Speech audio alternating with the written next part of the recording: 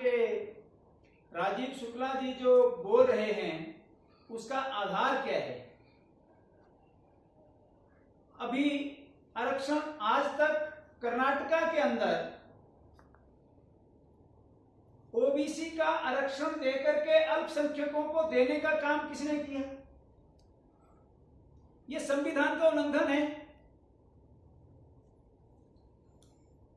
High court Calcutta का जो decision आया, निर्णय आया, वो किसी की स्टेटमेंट नहीं है, कोर्ट का डिसीजन है ना, कि वहां की अल्पसंख्यक समुदाय की 77 जातियों को ओबीसी का दर्जा दिया गया। तो आरक्षण विरोधी कौन है? आप ही निर्णय कर लें। और भारतीय जनता पार्टी ने कहा है कि इस देश के प्रति, इस देश के संविधान के प्रति हम प्रतिबद्ध हैं, हम उससे बंधे हुए हैं। संविधान से बाहर कोई भी ताकत नहीं जा सकती और हम उसके साथ बंधे हैं। और भारतीय जनता पार्टी हमेशा आरक्षण की समर्थक है। गरीब, दलित, ओबीसी, इन सबको समान रूप से इनका जो हक है वो मिलना चाहिए।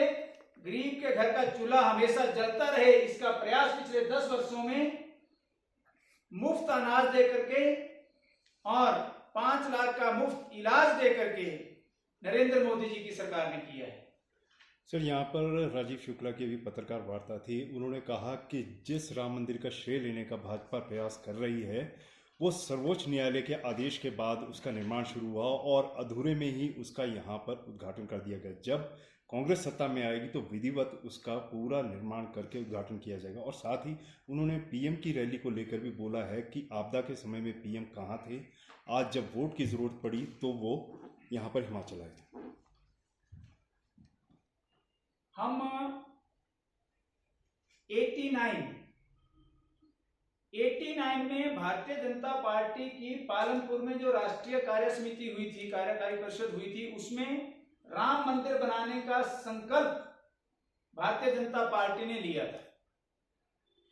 तब से लेकर के निरंतर आंदोलन करने का काम हिंदू समाज के साथ भारतीय जनता पार्टी ने किया। उस लड़ाई को कोर्ट कचहरी में लड़ने का काम 500 सालों से इस देश के समाज के प्रतिष्ठित लोग कर रहे हैं और उनके समर्थन में भाजपा हमेशा खड़ी रही, कोर्ट कचहरी में खड़ी रही, न्यायालय में खड़ी रही। लेकिन ये प्रश्न वो लोग उठा रहे हैं जिन्होंने सुप्रीम कोर्ट के अंदर हल्फनामा दिया कि राम काल्पनिक हैं,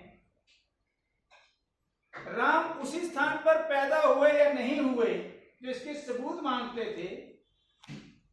ये वही लोग हैं जिसका मैंने पहले भी जिक्र किया। पहले कहते थे तिथि नहीं बताएंगे, जब हमने तिथि बताई तो कहते अब हम नहीं आएंगे। इनको केवल और केवल वोट की राजनीति करने के लिए और आज मजबूरी में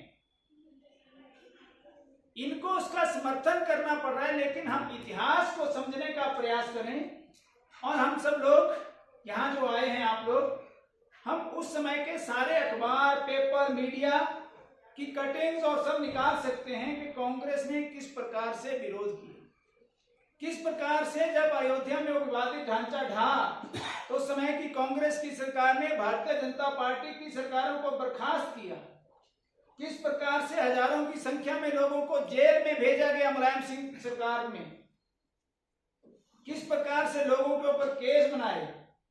तो कांग्रेस केवल और केवल आज उनको अपना राजनीतिक आधार खिसकता हुआ दिख रहा है, इसलिए इस प्रकार के आरोप वो लगा रहे हैं। और शुक्ला जी आए हैं, अच्छी बात है, कभी कभी आते हैं। आजकल मौसम अच्छा है, शिमला की गर्मी भी उनको, दिल्ली की गर्मी उनको अच्छी नहीं लगती होगी, सोचा शिमला में चले तो कुछ ना कुछ तो खाते में डालना है कि हम शिमला गए थे, क्या करके आए, प्रेस कर ली, अच्छी बात है।